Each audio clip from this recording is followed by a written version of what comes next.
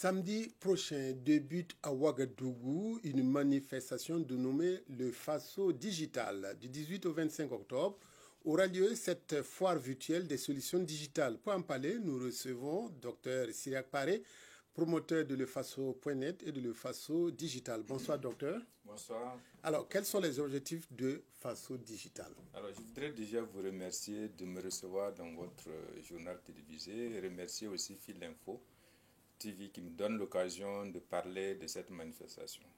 Pour vous répondre, c'est une manifestation que nous organisons à l'occasion du 22e anniversaire du Faso.net. Le Faso.net est un média en ligne, mais c'est aussi un acteur du développement de l'écosystème numérique qui, à sa manière, veut contribuer à la construction du cyberespace burkinabé. Non seulement à travers le traitement de l'information, comme le font tous les médias, mais aussi à travers d'autres initiatives, comme cette fois que nous organisons pour mettre en lumière les solutions digitales proposées par des jeunes burkinabés dans différents secteurs de développement, mais qui ne sont pas toujours connus. Donc la foire, comme toute foire, c'est l'occasion de venir voir ce que les exposants ont à montrer. Ici, les exposants, ce sont des porteurs d'initiatives, précisément d'applications, par exemple pour la modernisation de l'agriculture, dans le domaine de la santé, de l'éducation, des finances, de la culture et même des médias. Donc, dans tous ces domaines-là aujourd'hui, il y a des solutions digitales qui permettraient de résoudre un certain nombre de problèmes grâce donc, j'allais dire, à la capacité du numérique. Des solutions qui ne sont pas toujours connues. Donc nous nous sommes dit, en tant que médias, chargés de mettre en lumière ce qui se fait. C'est une occasion pour nous de mettre l'accent sur les solutions digitales. Les solutions digitales qui peuvent permettre au Burkina Faso, comme vous le savez, qui traverse une situation difficile dans bien de domaines, d'avoir des solutions moins chères, plus, j'allais dire, adaptées en tout cas aux défis qu'il a relevés au plan sécuritaire, au plan humanitaire, au plan économique, etc. Voilà un peu ce qui explique l'organisation de cette activité. Alors, c'est une fois virtuelle, mais il faut être en présentiel. Et qu'est-ce que vous allez faire durant toute cette semaine? C'est une foire virtuelle. L'essentiel des activités se passera en ligne. Il y aura bien entendu quand même la cérémonie d'ouverture et la cérémonie de clôture. La cérémonie d'ouverture qui sera le lancement de la foire samedi prochain dans la matinée et ensuite la cérémonie de clôture le samedi 25 qui sera l'occasion de récompenser les meilleures solutions digitales. Entre les deux, il y aura beaucoup d'activités, notamment l'exposition. Une foire sous-entend des stands qu'on visite pour voir un peu ce que les exposants ont à proposer. Alors, la seule différence ici, c'est que ça se fait en ligne. Donc, sur la plateforme www. Pas de présentiel. Pour les activités, pas de présentiel. Pour les activités précises de la foire, pas de présentiel. Donc, il y a des expositions, des stands virtuels où vous pourrez venir voir, par exemple, ce que tel ou tel porteur de solutions propose comme solution pour moderniser l'agriculture ou bien des solutions pour soigner plus efficacement, plus économiquement ou en matière d'éducation, des solutions pour apprendre plus simplement, plus rapidement. Voilà, donc ce sont des solutions qui sont données à voir par les porteurs de solutions, mais ça se fait en ligne dans des espaces de communication sur la plateforme donc lefasodigital.net.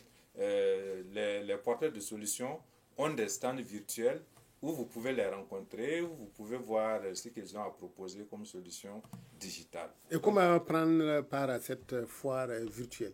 Il faudra venir sur la plateforme déjà, lefasodigital.net. Vous serez dirigé, on vous guidera dans les expositions. Vous verrez donc la liste des stands avec les noms, les logos des exposants. Vous pourrez choisir d'entrer dans le stand, par exemple, du Faso.net pour voir ce que le Faso.net propose, ou bien dans le stand de tel exposant qui propose une solution pour améliorer l'agriculture. Vous choisissez, vous cliquez, vous ouvrez son espace et vous regardez ce qu'il y a à travers les images, à travers les vidéos qui sont diffusées, vous verrez un peu ce que la personne propose. Voilà, donc, une fois dont les centres ne se ferment jamais. Voilà, c'est aussi l'idée, je reviendrai dessus si vous m'en laissez le temps. Donc, c'est dire en tout cas cette possibilité de permettre à des gens qui sont au Burkina, qui sont aux quatre coins du monde, de venir voir ce que des jeunes Burkinabés proposent comme solution en matière de développement dans tous les secteurs. À côté des expositions, il y a d'autres activités. Il y a des conférences, beaucoup de conférences sur l'intelligence artificielle. Il y a des panels, il y a des masterclass par exemple, où vous verrez des Burkinabés qui sont au Canada, qui sont en Chine par exemple, qui viennent ou faire des conférences, ou faire animer des panels, ou faire des masterclass par exemple, pour partager leur expérience en matière de développement de logiciels et autres. Alors, il y a deux catégories d'activités.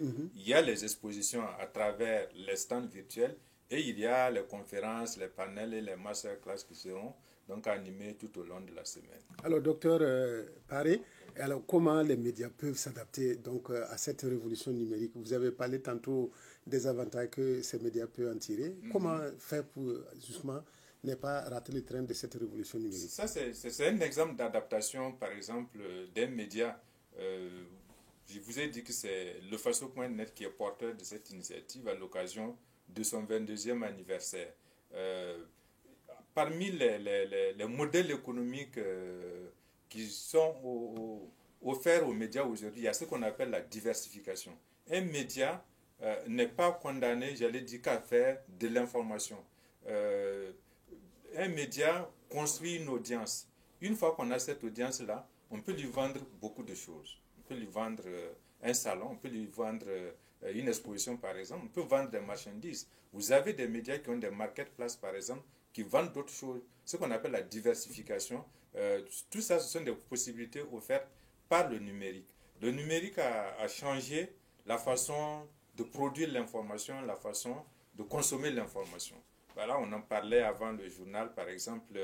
Oui, dans l'histoire des médias, on a toujours dit aucun média n'a tué un prédécesseur. Mais cette logique-là a changé parce que de l'imprimer à la télévision en passant par la radio, il y avait comme une superposition des médias. Mais avec Internet, il y a une convergence. Donc sur un même support, vous retrouvez et l'écrit, et la vidéo, et l'audio. Donc il y a totalement un changement de paradigme dans la façon dont on produit l'information, dans la façon dont on consomme. Ne serait-ce que la production, vous avez remarqué par exemple qu'il n'y a plus que les professionnels de l'information qui font de l'information. Tout le monde fait de l'information aujourd'hui. D'accord? Donc, il y a une démocratisation. Avec certains, j'allais dire... Beaucoup d'excès, beaucoup de dérives, oui. Malheureusement. Mais n'empêche qu'aujourd'hui, l'essentiel des informations que nous consommons ne sont pas des informations produites par des professionnels de l'information. Ce n'est pas des citoyens ordinaires. Ce n'est même pas des cyberjournalistes ou des journalistes citoyens. C'est des citoyens ordinaires qui rendent compte de ce qui se passe autour d'eux, qui publient sur les réseaux sociaux et que nous consommons. Si vous voulez savoir à l'instant T ce qui se passe à Ouaga, c'est sur Facebook. Ce n'est pas dans un média. Non. Après, il y aura peut-être le traitement de cette information-là par les médias pour une diffusion par le canal médiatique. Mais la primaire de l'information, ce n'est pas les citoyens ordinaires. Donc, tout ça a changé la façon de produire l'information, la façon de consommer l'information. On parle de désintermédiation. Le fait qu'aujourd'hui, on peut se passer des médias pour s'informer et pour informer. Donc, tout ça, ce sont des risques pour les médias, mais c'est aussi des opportunités. D'accord? Parce que le fait que presque tous les citoyens diffusent de l'information, fournit aux médias autant de reporters dont ils peuvent exploiter les contenus. Voilà, vous avez des gens qui sont à Dori, qui sont à Dérgou, par exemple, qui produisent de l'information que vous pouvez exploiter. La différence, c'est que le média professionnel ne va pas reproduire textuellement ce que... Il va choisir un angle, il va traiter. Et puis il va vérifier, oui. Il va recouper. Mais ça revient à son travail traditionnel. Avant, le journaliste n'inventait pas non plus l'information. Il la recueillait auprès des citoyens, il la traitait. Mais aujourd'hui, le citoyen est peut-être sur le web comme lui, mais n'empêche que lui, il reste toujours, j'allais dire, le professionnel. Vous verrez que beaucoup de citoyens ont été induits en erreur par des fake news qui sont de plus en plus abondantes. Donc, les fake news, quelque part, sont, j'allais dire, une chance pour les médias.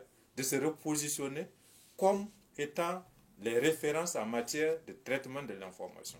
Donc vous verrez, il y a des dérives, il y a des risques, mais il y a des opportunités, en ce sens que on aura toujours recours aux professionnels pour vérifier une information. Parce qu'on sait que ce que les citoyens diffusent, ce n'est pas forcément vérifié.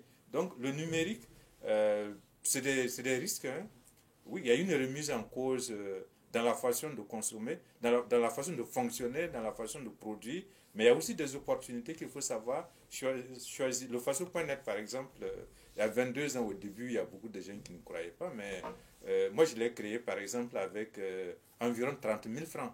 Au départ, de quoi acheter le nom de domaine, l'espace d'hébergement, j'ai travaillé dessus presque tout seul pendant 7 ans, avant que ça ne devienne une entreprise en 2010, mais aujourd'hui, on a plus de 30, on a une bonne trentaine d'employés permanents avec un chiffre d'affaires de plusieurs dizaines de millions qui prouve que ce qu'on appelle la société de l'information est l'avenir. Du reste, je ne vous apprends rien en disant les hommes les plus riches du monde aujourd'hui ne sont ni dans le pétrole ni dans le diamant, mais ils sont dans le numérique. C'est tout dire. Merci beaucoup, docteur Sidiak Paré, pour ce partage passionnant. Voilà, des avantages du numérique pour les médias. On en reparlera, j'espère, au cours d'une émission plus large, et pour que les téléspectateurs soient en tout cas bien informés. Merci beaucoup. Restez